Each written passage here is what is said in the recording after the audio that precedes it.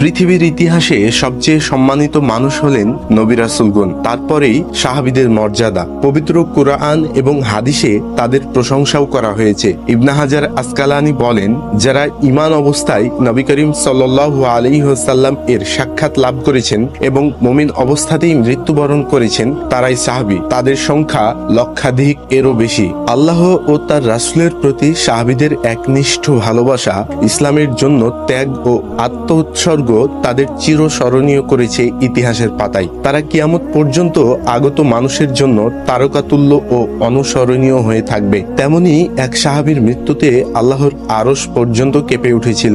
হাদিসে তেমনটাই উল্লেখ রয়েছে। যার মৃত্যুতে কেঁপে উঠেছিল আরশ, সেই সাহাবীর নাম সাদ ইবনে মুআজ। সাদ ইবনে মুআজ রাদিয়াল্লাহু তাআলা আনহু 31 বছর বয়সে মদিনায় ইসলাম গ্রহণ করেন। তিনি ছিলেন একজন আনসার সাহাবী। সবসময় রাসূল সাল্লাল্লাহু আলাইহি ওয়াসাল্লামকে রক্ষার চেষ্টা করতেন।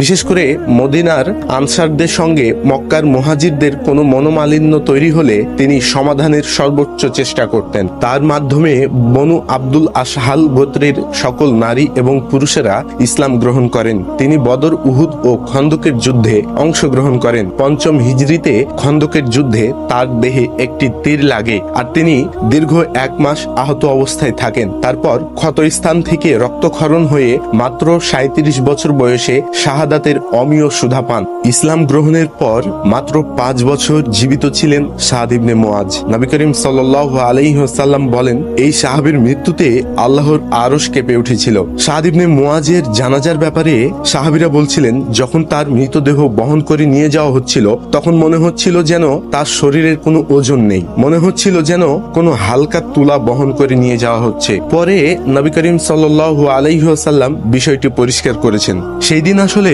ফেরেশতারা সাদ ইবনে মুআজকে বহন করছিল। নবী করিম সাল্লাল্লাহু আলাইহি ওয়াসাল্লাম বলেন, সাদ ইবনে মুআজের রূহ আল্লাহর দিকে ফিরে যাচ্ছে। এই খুশিতে আরশ কেঁপে উঠেছিল।